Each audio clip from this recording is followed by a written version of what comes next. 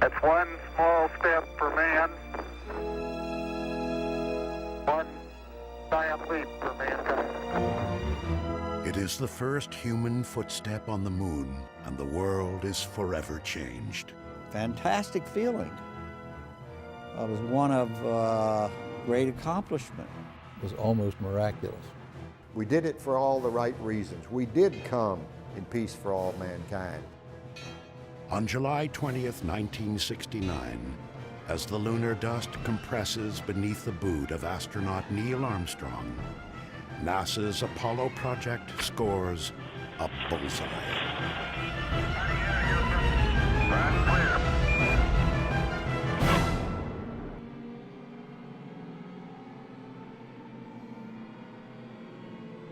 Until the fall of 1957, the moon is Earth's only satellite, orbiting for eons in silent vigil.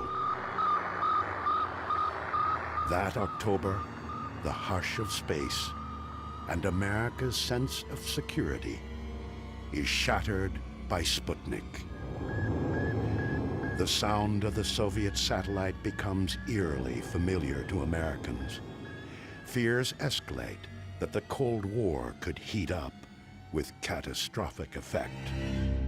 Immediately, everyone thought, well, they're now able to really send their military machines around the world up above. Who is not going to be in danger? President Eisenhower combined several agencies working on rocketry and flight to create one civilian agency, the National Aeronautics and Space Administration. Over the next years, the United States successfully launches satellites with great scientific payback. To prepare for human flight, several animals, including a chimpanzee named Ham, survived the ride to space and back. But once again, these American accomplishments are eclipsed by the Soviet space machine. April 12, 1961, cosmonaut Yuri Gagarin becomes the first human in space. To temper this latest Soviet triumph, the U.S. needs to put its own man in space. That man is astronaut Alan Shepard. 1.2 G. Shepard's flight had tremendous impact.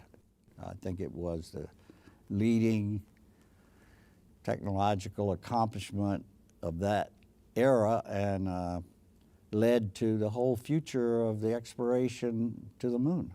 Unlike Gagarin's 108-minute orbit of Earth, Shepard's suborbital flight, the nation's lone human venture into space, lasts just 15 minutes.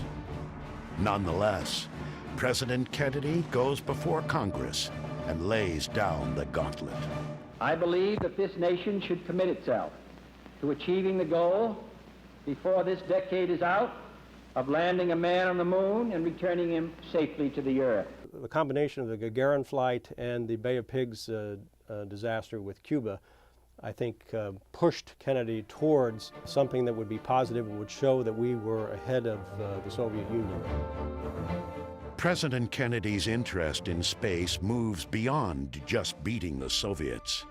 As his passion grows, so does his rhetoric. We choose to go to the moon in this decade and do the other things, not because they are easy, but because they are hard.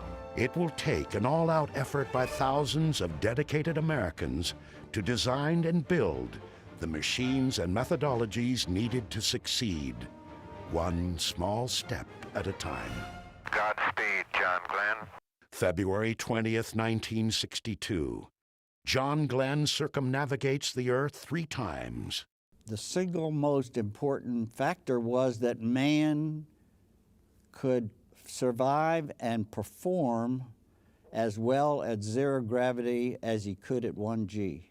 0 G, and I feel fine. By May 1963, the U.S. Mercury program flies 6 manned flights. But the last, Gordon Cooper's 34-hour solo mission, still leaves the moon out of America's reach. The Gemini program is the next step. Its larger capsule carries 2 astronauts. Mercury veteran Gus Grissom flies with John Young aboard Gemini 3, the program's first manned flight. On Gemini 4, Ed White opens the hatch and steps out into the void as America's first spacewalker. I feel like $1 million. I'm gonna pick up. Extravehicular activity, EVA, in NASA speak, is critical to a moon mission. Go. 5, 4, 3, 2, 1. Ignition. Engine start. So too is the ability of 2 spacecraft to meet up or rendezvous in space. It happens on Jim Lovell's first flight. The first rendezvous, Gemini 6 with Gemini 7, I think was a magnificent milestone in the quest to go to the moon, because we had to determine the types of rendezvous that we want to do around the moon, and we first had it just about around the Earth.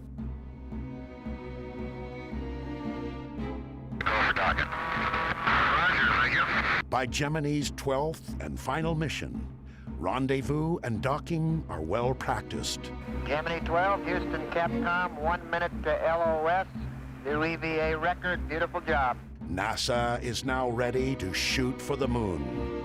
But there are just 3 years left to meet President Kennedy's goal, and no one really knows how close the highly secretive Soviets are. And of the moon itself, little is known. Could be dust up to 25, 30 feet thick. If you landed on it, you would sink into the moon. If you landed on it and set out some fire from the rockets, exhaust, it would cause this huge inferno on the lunar surface. What were the radiation problems on the moon from the sun? What were the thermal conditions you had to deal with on the lunar surface? Getting answers falls to a series of robotic spacecraft. In mid-1966, Surveyor 1 lands on the lunar surface. The 11,000 photos it sends back help to dispel fear and clear the way for the Apollo moon landing program. 2 short months after the final Gemini flight, astronauts Gus Grissom, Ed White, and Roger Chaffee are posing for photos and spending hours in simulators as they prepare for the first Apollo mission less than a month away. January 27, 1967. The crew is in the capsule, mounted atop an unfueled Saturn 1B for a dress rehearsal of the countdown sequence. Now we gotta get the moon. We can't talk between 2 or 3 buildings. A series of problems has already raised tensions at the launch pad when 5.5 hours into the test, Ed White's shouts are heard. At that point, things progressed with absolutely stunning speed. I mean, it was only a matter of 20 seconds before the crew was unconscious. Moments later, the pressure from the fire had increased to the point where it literally ruptured the hull of the spacecraft. Toxic smoke spewed into the White Room. The technicians were struggling to get the hatch open and rescue the crew, but they were driven back by the intense heat and the smoke. Many long minutes passed before they could open the hatch, and of course by that point the crew had died. All 3 astronauts were dead. The loss of Grissom, White, and Chaffee momentarily cripples NASA's moon landing program. But as the 3 astronauts are given heroes' burials, Apollo, like another mythological figure, Phoenix, begins its rise from the ashes. Following recommendations of an accident review board, the Apollo Command Module is redesigned and rewired for safety, all under the wary eye of the astronauts who will fly it. 20 months later, from the same pad Apollo 1 had occupied, Apollo 7 roars off for an 11-day shakedown in Earth orbit. We inherited the first manned Apollo mission, which turned out to be Apollo 7. But as with many things with NASA, what was a disaster with Apollo 1 turned out to be a real triumph with Apollo 7 because the spacecraft itself was a marvelous flying machine. It's also the first time live television shows Earth-bound humans what it's like to be in space. It says from that lovely Apollo something. You guys should write. Apollo room. High atop everything. High atop everything. Apollo 7's success restores some swagger to America's space program.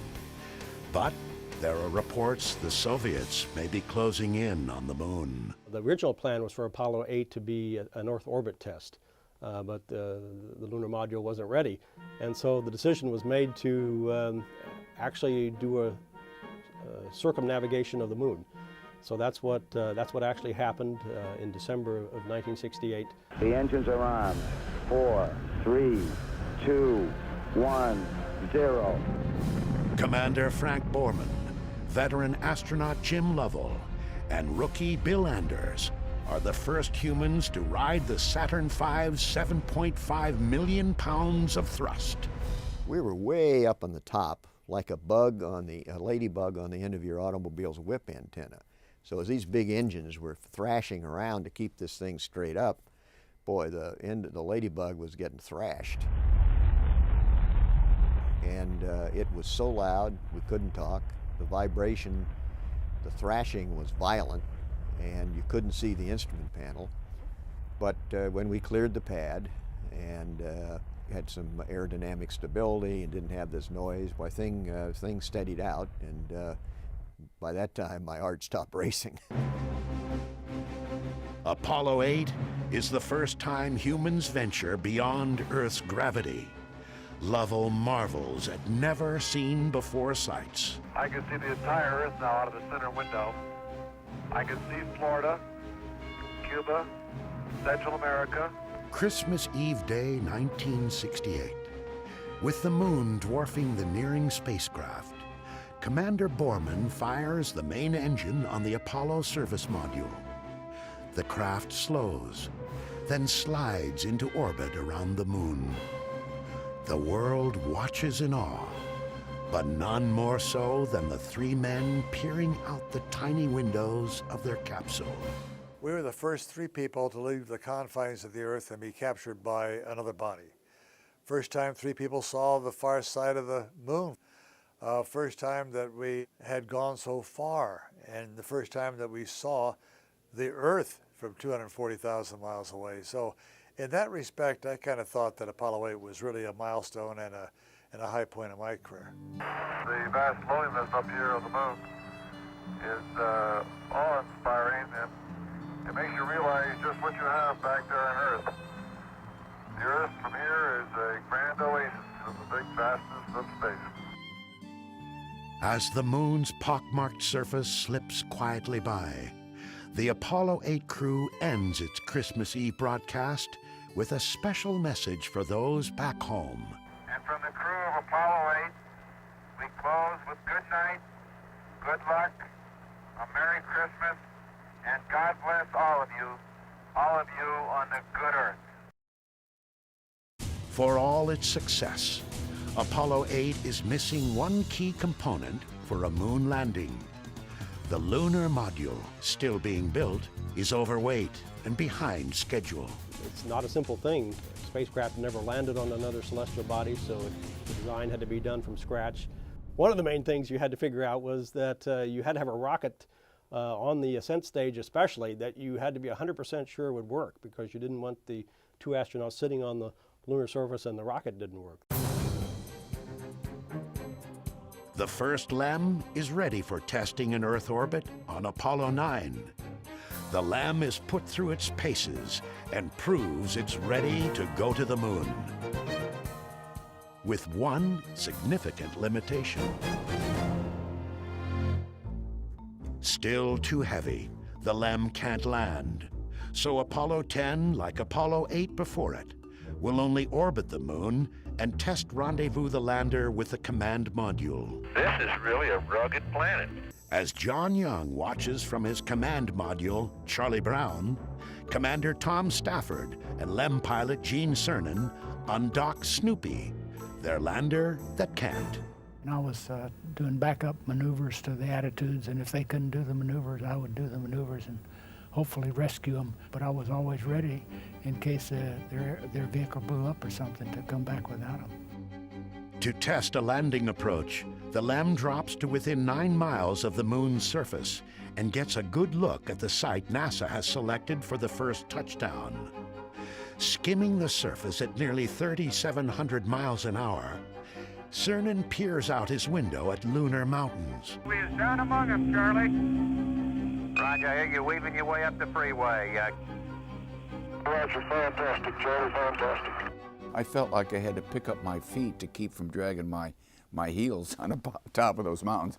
When you move that fast across the surface and you're that close, it's an overpowering experience. On their second flyover, the experience turns almost deadly when the lunar module tumbles out of control. I saw the lunar horizon 8 times in 15 seconds in all different directions. That was a man-made problem because we were switching computers to check out a little backup computer we had. The guidance switch had to go in the other direction. I had already put it in the other direction. And so Tom went and moved it in the other direction. And so the computer that had the spacecraft at that moment didn't know where it was. But Tom was able to stop it, control it. Finally, as in the comics, Snoopy returns to his master, Charlie Brown. Even before Apollo 10 enters lunar orbit, the Apollo 11 spacecraft has been rolled out to the launch pad atop its Saturn V rocket. In less than 2 months, its crew will try and safely set it down on the moon. That's one small step for man.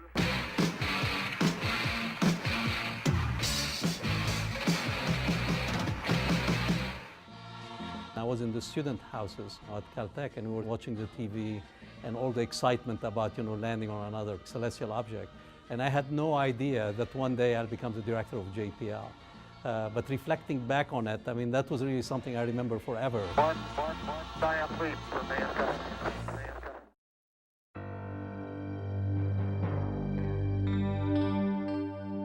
They've all been to space before.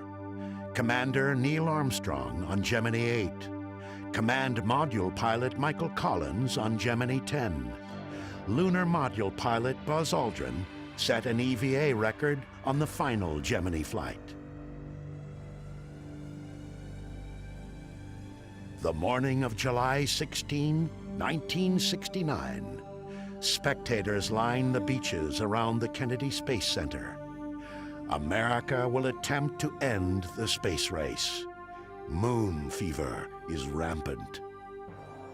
And there was just great excitement, and you could hear lots of people saying, gosh, this is almost, I can't believe that somebody's going to go to the moon. T-minus 15 seconds. Guidance is internal. 12, 11, 10, 9. Ignition sequence start. 6, 5. At 9:32 a.m., the Saturn V's giant engines roar to life. At the viewing stand 3 miles away, spectators feel the thunderous drumbeat of unearthly power pounding their chests as the heat of the rocket's exhaust washes over them.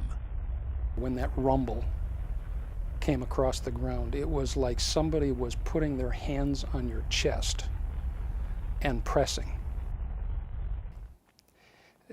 I almost couldn't breathe. It was so unbelievable that the United States was going to send 2 men to walk on the surface of the moon. It was almost unthinkable. For 3 days, the crew of Apollo 11 cruises towards the moon, then drops its spacecraft into lunar orbit. I just thought there were so many unknowns that I would have given us about a 50-50 chance of being the first flight to land and return someone safely. With Collins remaining in the command module, Armstrong and Aldrin prepare the LEM and themselves to become the first humans on the moon. Okay, all flight controllers, go for landing. Retro. Go. Fido. Go. Guidance. Go. Control. Go. Telcom. Go. GNC. Go. Ecom. Copy. Surgeon. Go. Capcom, we're go for landing. Eagle, Houston, you're go for landing. Over. But the landing veers from the planned script. As the LEM nears the surface, the onboard computer flashes an alarm the crew doesn't recognize. 1201. 1201. Roger, 1201 alarm. Any one of thousands of technical glitches could abort the landing. But Houston quickly diagnoses the problem as non-critical, an overloaded computer. 1201 alarm. Same type, we're go, flight. Okay, we're go. Same type, we're go. That's when real trouble threatens the mission. 540 feet down at 30 and at 15. As the LEM pitches upright about a mile above the moon's surface, Armstrong gets his first look at where computers will set them down. A field of boulders, any one of which could prove deadly. Armstrong wraps his hand around the joystick and takes manual control. 3.5 down, 220 feet. 13 forward. With fuel running out, Armstrong flies the LEM like a helicopter. Aldrin keeps his eye on their altitude, forward speed, and rate of descent, calling out the numbers. 100 feet, 3.5 down, 9 forward. At 60 seconds, we're still 100 feet up. I was nervous. Okay, at 30 seconds, we were 10 feet. I figured we had it made. But 100 feet, we're thereabouts at 60 seconds, you could very easily just not be where you want to be. 4 forward, drift into the right a little. Sort of like driving your car when the gas gauge is reading empty, but you know that when it gets down there, you got a few more miles left. Well, that was the situation we faced. And I think it was in the last seconds. Everybody was holding their breath. It was pretty dicey. Contact light. Okay, engine stop. APA at a descent. Mode control, both auto, descent, engine command override off. Engine arm off. 413 is in. We've had shutdown. We copy you down, Eagle. Okay, everybody, T1. Stand by for T1. Tranquility Base here. The Eagle has landed. Man on the moon. Ooh. Oh, boy. Thank you. You're looking good here. Boy. Okay, we're going to be busy for a minute. Like people around the world, of every persuasion and from every walk of life, mission controllers in Houston are overwhelmed. Okay, keep the chatter down in this room. Now, in the control room, we had work to do because we had to very rapidly look at the spacecraft systems and give the crew a stay-no-stay decision that everything was safe to remain in the moon, and we had to accomplish that within the first 2 minutes. Okay, T1, stay, no stay. Retro. Stay. Fido. Stay. Guidance. Stay. Control. Stay. Telcom. Stay. GNC. Stay. Ecom. Stay. Surgeon. Stay. Capcom, we're stay for T1. So basically, we had to keep our emotions in check and keep the chatter down for the first 2 hours after landing while everybody in the entire world was celebrating. And we're getting a picture on the TV. You got a good picture, huh? It's distorted, flickering, and at first, upside down.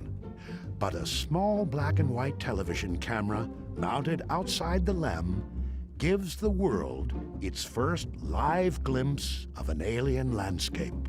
No one is more interested in seeing that first picture than the man responsible for bringing it to everyone's TV. This whole mission was now about television, in my mind.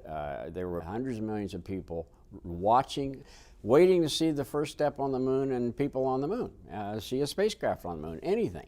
And if it doesn't work, then probably people actually will know my name years from now as the guy who didn't bring you television from the moon. Okay, Neil, we can see you coming down the ladder now. The world just marveled at this right along with us, and we more or less made the whole world our partners in this thing by inviting people to be there during the launches. And I think that's one of the best things we ever did in the space program. One of the best decisions ever made with regard to the space program was to share that with the world. Okay, I just checked getting back up to that first step. It's that isn't collapsed too far, but it's adequate to get back up. More than 500 million people around the globe watch as Armstrong first makes sure he can get back into the LEM, then gives the first eyewitness account from the lunar surface. The surface appears to be very, very fine-grained as you get close to it. It's almost like a powder. 6.5 hours after landing on the Sea of Tranquility, Neil Armstrong steps off the footpad of the lunar lander and ends the race to the moon. That's one small step for man, one giant leap for mankind.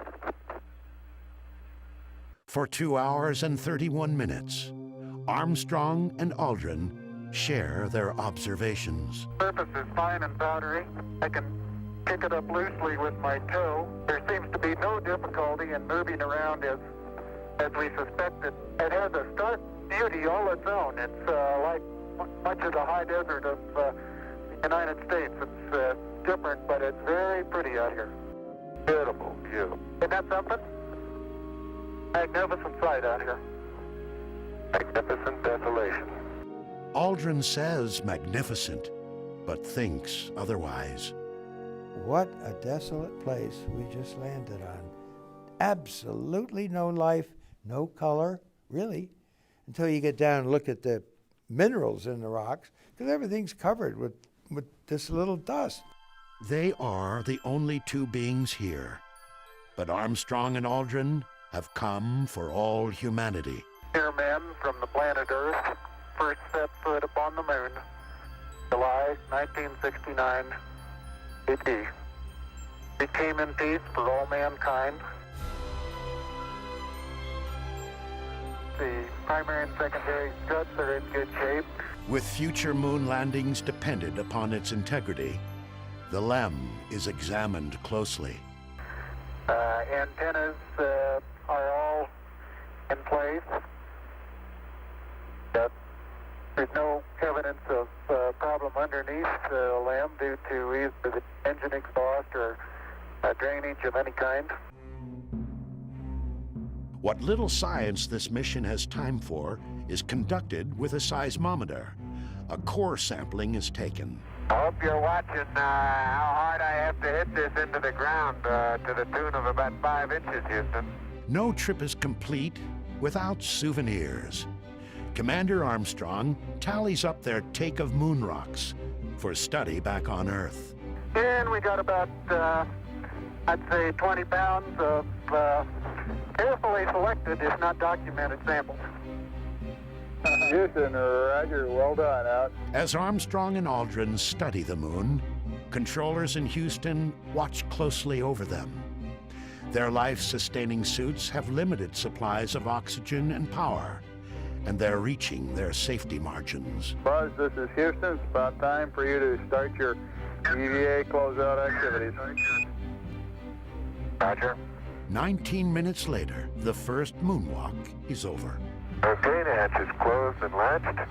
As the ascent stage of the Eagle takes flight and Tranquility Base recedes beneath it, the magnitude of the accomplishment begins to sink in for Chris Kraft. In terms of technology, in terms of advancement of the state of the art in science and technology, it was probably the most productive 10 years in the history of man. And when you reflect back on it, it probably was even greater than I could comprehend today. With a scant 5 months to spare, NASA has met President Kennedy's goal. America has gained preeminence in human spaceflight. Yet it's only the beginning. Lunar exploration and science are Apollo's new mission, and the program will land 10 more men on the moon to fulfill it. That's one small step for man.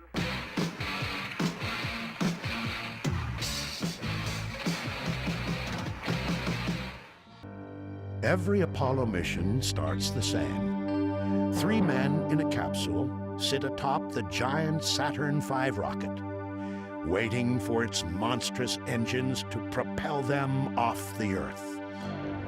The 3-stage Saturn V stands 363 feet tall, and at launch weighs more than 6 million pounds. Its 3 stages generate nearly 9 million pounds of thrust. It is the largest rocket ever flown. 5, 4, 3, 2, 1, 0. All engines running. Commit. Liftoff. When Apollo 12 leaves Pad 39A on the second moon landing mission, the Saturn V proves its mettle. 36 seconds after lifting off in a rainstorm, lightning hits the rocket and waylays the crew's control panel. I don't know what happened here. We had everything in the world drop out. I'm not sure if you get hit by lightning.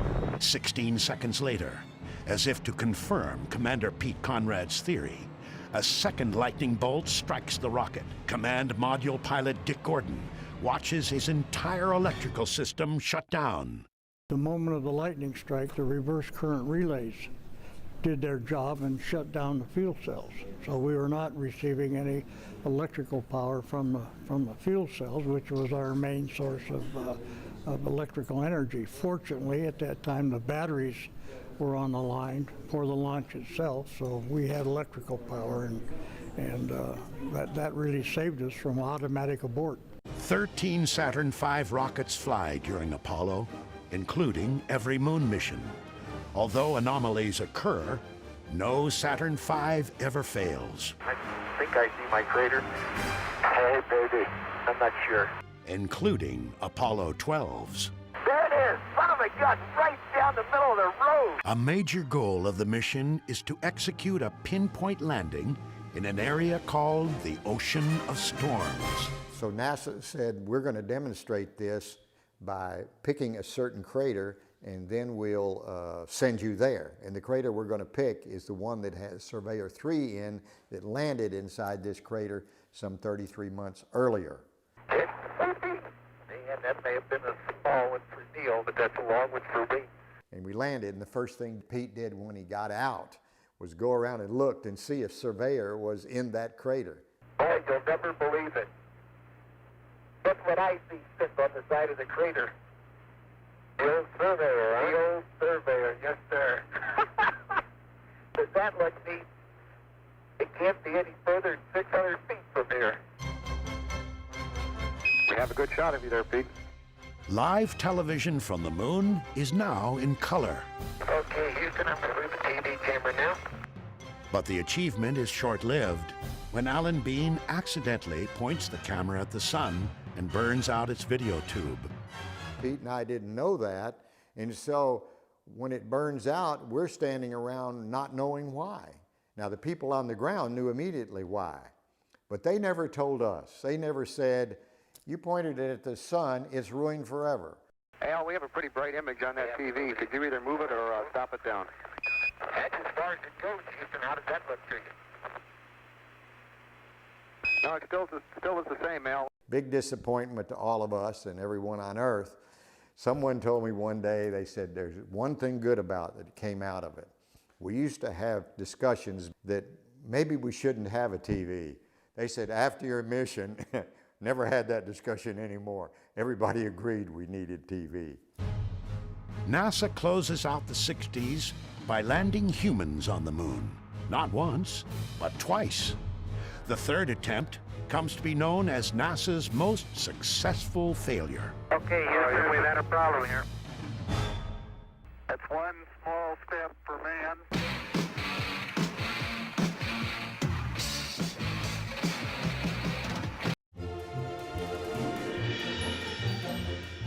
Apollo 13, The third planned moon landing. Commander Jim Lovell's second trip to the moon.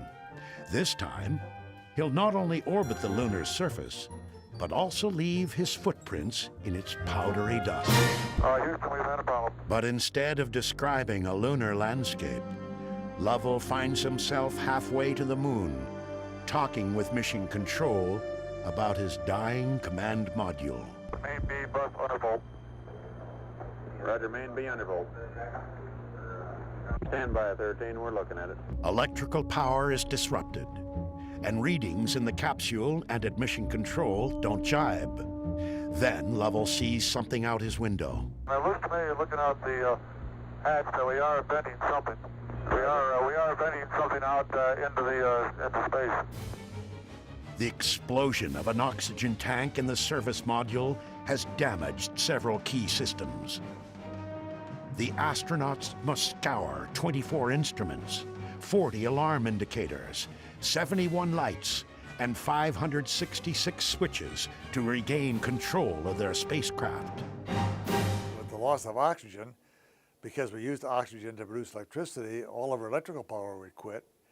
And when that happened, because we controlled our engine by means of electrical power, we'd lose the entire propulsion system. And so, you know, essentially, it took a while for all that to sink in, that it dawned on me that we were in very serious trouble. The crew of Apollo 13 never gets the chance to land on the moon. They can only slingshot around it and, with their lunar module Aquarius as their lifeboat, hope to make their way safely back to Earth. We had to invent ways to navigate. We had to find ways to stretch the electrical power. Our crew was suffocating. We had to find ways to remove the carbon dioxide so the crew wouldn't suffer from CO2 poisoning. We never had discussed the possibility of not surviving or getting back to the Earth. It was probably in all of our minds, but we were working hard to figure out what we had to work with and what we had to do to get back. The command module, shut down and unheated for 3 days, would now have to be restarted. Condensation is everywhere. The whole instrument panel was covered with water, and of course I knew that there was water probably behind the panel on all the wiring harnesses, and so we worried about electric shorts. We were virtually going down rows and pushing in circuit breakers. We figured the best we could do is we started down the row and started smelling. You can smell an electric short. We'd back up and pull some out and hope we could quickly isolate which was the culprit. But there are no shorts, due perhaps to the capsule redesign after the Apollo 1 fire. Sealing the electrical connections also means they're now waterproof for landing. Let's get it. Farewell, Aquarius, and we thank you. After its harrowing 6-day ordeal, Apollo 13 safely splashes down in the Pacific. The moon landing mission may have failed, but Flight Director Gene Kranz remembers it as the space team's finest hour. NASA contractor, people out in subcontractors, in the test facilities, and individuals. It was really, really amazing to be at the point of the spear and watch this team perform basically against all odds and to come up with solutions that we had never trained or thought about before. While just getting to the moon can prove difficult, landing on its dusty, boulder-strewn, cratered surface is even more problematic. A lunar lander must maneuver like a helicopter, with its rotors replaced by rocket engines. Training with the LEM in Earth's atmosphere is impossible, so the Lunar Lander Research Vehicle is used. The Apollo astronauts call it the flying bedstead. To simulate the 1/6 gravity of the moon, the LLRV's central jet engine supports most of the vehicle's weight. But flying the LLRV is dangerous. On the afternoon of May 6, 1968, the craft nearly kills Neil Armstrong. Astronaut Bill Anders had flown the same vehicle just hours earlier. The thing flamed out The attitude control system ran out of fuel, and so Neil was flopping around there and just managed to get out of it. Well, he was very lucky because this thing was just on its main engine with no attitude control, and it was getting close to the ground, and it just kind of rolled out, and Neil looked like he came out of the fireball. And it did look like he went back into the fireball when with his parachute, but he landed just beyond it. 4 of these earthbound trainers are used. 3 will crash, but the actual lunar modules land safely every time. There's good stuff. Okay. Yeah, looking great. 60 seconds. 40 feet. 3 feet per second. America's first astronaut, Alan Shepard, returns to spaceflight 10 years later to command Apollo 14's LEM and Terry's to a skillful set-down. We're on the surface. Okay, we made a good landing. Apollo 14 is on the moon almost 34 hours. About a third of that time is spent moonwalking in the lunar highlands. Certainly the Fra Mauro area where we landed was an interesting place, and with far more relief up and down of the terrain than the earlier flights, which also made the navigation a little more difficult. Particularly, it was kind of like wandering around in the sand dunes, and one sand dune looks about like the other. So finding our landmarks that the geologists wanted us to find as we did our traverse on foot to Cone Crater was difficult. I'm going to try an old sand trap shot here. But Shepard manages a few seconds to become not only America's first man in space, but also its first golfer. Miles and miles and miles. 2 miles is all the Apollo 14 astronauts are able to walk during their 2 EVAs. But the next mission will have wheels. This is really a rock and roll ride, isn't it? That's one small step for man.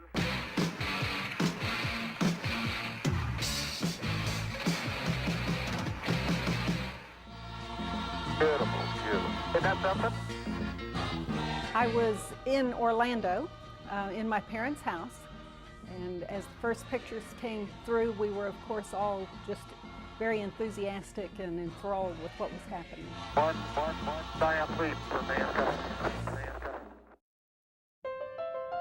Okay, Houston, as I stand out here in the wonders of the unknown in Hadley, I sort of realize there's a fundamental truth to our nature. Man must explore. When Apollo 15 Commander Dave Scott descends the LEM's ladder 2 years after Neil Armstrong, he achieves his own first. Scott climbs aboard the first lunar rover with crewmate Jim Irwin, and, as space's first motorist, proceeds to peel out. This is really a rock and roll ride, isn't it? Never been on a ride like this before. Oh boy.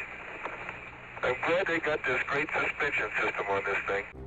More than just a toy, the moon buggy is a science platform, allowing astronauts to venture farther from the LEM than the previous 3 Apollo missions. During 10.5 hours, Scott and Irwin cover 17 miles and examine many interesting sights. A boulder exposed to the surface here, which has got layering within it. It's been weathered away apparently, and just the surface top is exposed, but the boulder must be about a meter long with 2 to 3 inch layers in it. Working in a suit is very fatiguing. You don't get the food, the water, the rest. So actually we were not only probing the boundaries of geology and exploration, we were also probing the boundaries of human performance. The Apollo 15 mission really took us back to the drawing board in several areas to look at how we train crews and how we provide them adequate nutrition and hydration and all of these things.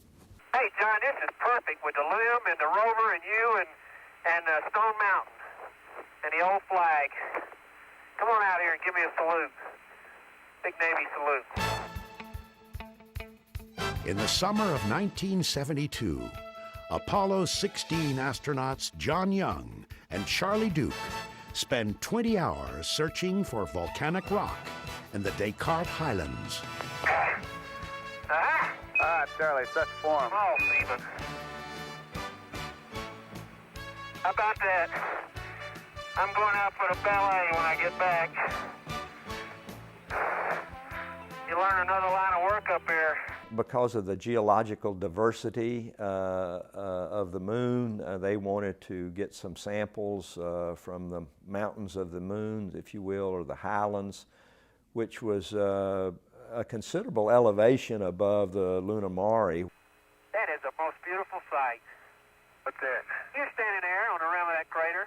Well, it's great to have a lunar rover.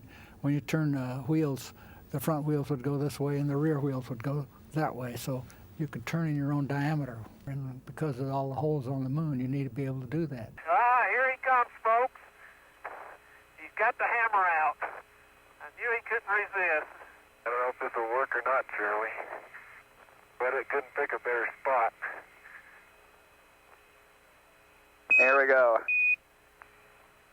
Hot dog. He did it. It's a very friable rock, apparently, Houston. Okay, outstanding. Science was certainly in the front seat. Of the 6 landings on the moon, the last 3, I think, were devoted completely to the science of it. We'll sample right there and get you a scoopful of this underlying regolith. There'll be just one more flight to the moon. Apollo 17 lifts off in the midnight hour of December 7th, 1972. My God, it was like the sun coming up in the middle of the night. I mean, all of a sudden, this golden light, this flame that was the color of a sunrise, just exploding and filling the sky and filling my field of view, and in silence seeing this rocket ascend, and then without anticipating it, this roar of sound that just swept over us.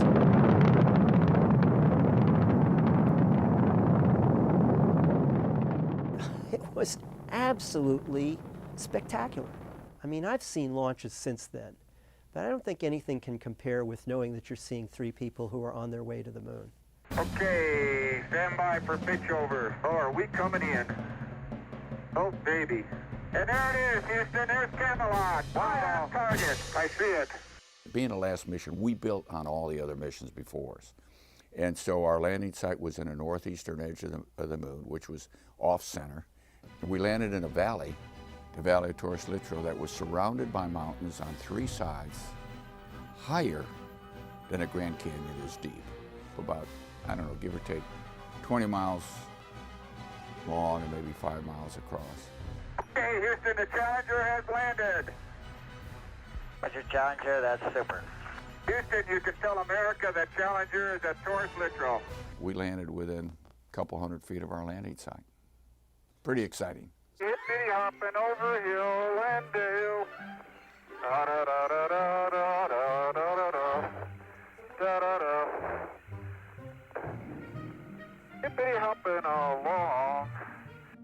If America's moon missions must end with Apollo 17, Commander Gene Cernan makes it memorable. Can you use the other end against the right side of the rock? I'll press it. Oh, yeah. His partner, Jack Schmidt, is the only trained geologist to fly to the moon. At times, his mission zeal overtakes his ability to traverse the terrain. No, dadgummit. Well, hey, Gene, would you go over and help twinkle toes, please, Gene? Well, working on the moon is a lot of fun. I mean, it's like walking around on a giant trampoline all the time, and you're just as strong as you were here on Earth, but you don't weigh as much. You only weigh 1/6 of what you weigh on the moon, even with a suit. In the backpack, my total weight was only 61 pounds. Cernan has been to space twice before, including on Apollo 10's lunar orbit checkout of the LEM. Yet Cernan is awestruck by this valley and what hangs in the pitch-black sky overhead. You have to pinch yourself when you're on the moon. Am I really here at this point in time in space? And the answer is yes, but it's almost like you're in the middle of some science fiction plot. Because back there is the Earth, the multicolored blues of the oceans, and the whites of the snow and the cloud you see from pole to pole, across oceans. Every 12 hours you look at the other side of the world. It truly is an ongoing, overpowering experience. Meanwhile, Schmidt finds unexpected color in the gray moonscape. There is orange soil. Well, don't move it till I see it. It's all over. Orange.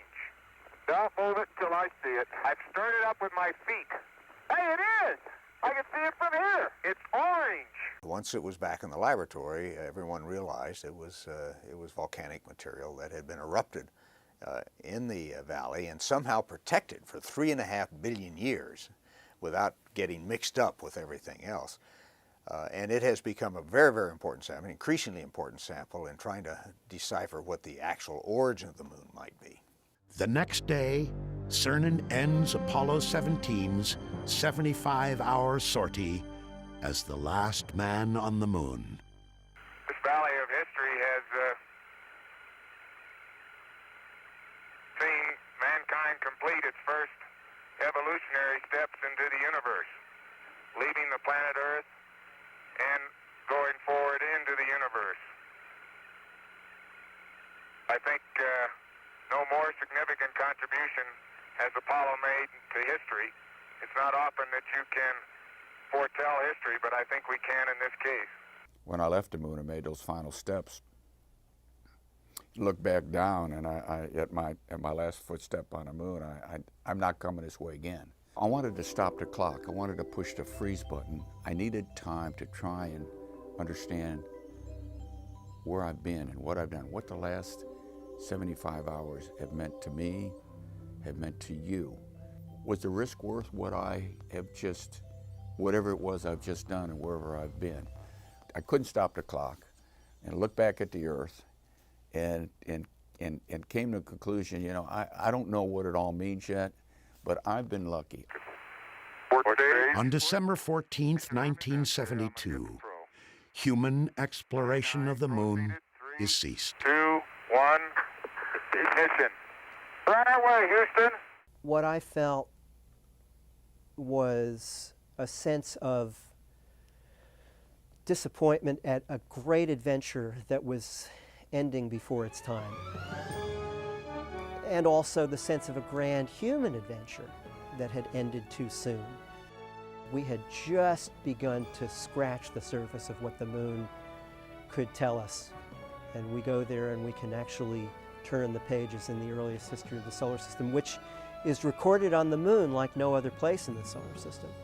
Apollo really was a blip in human history in a number of ways, but it was an anomaly that I think the country will never forget, the world will never forget. I think it was worth it, not only for in the geopolitical context, which is what drove the whole thing, but also from the exploration context. I am not the last man to have walked on the moon. Maybe the last man of Apollo, maybe the last man of the 20th century, but not the last person, not the last man or possibly the last woman to have walked on the moon. Today, the moon is again coming within our grasp. And again, 40 years later, Apollo will help us reach it. A new generation of moon machines is being built and tested. Many of the new designs are directly descended from Apollo hardware, including the lunar lander. Engineers are eager to hear from the man who flew the first one to land. And I don't know exactly where this CG is and so on, but sometimes the amount of motion that you get at the cockpit is different than the amount that the footpads are seeing by a substantial margin. And you have to get a sense of that to know how careful you have to be up on top to make sure the bottom is doing the right thing.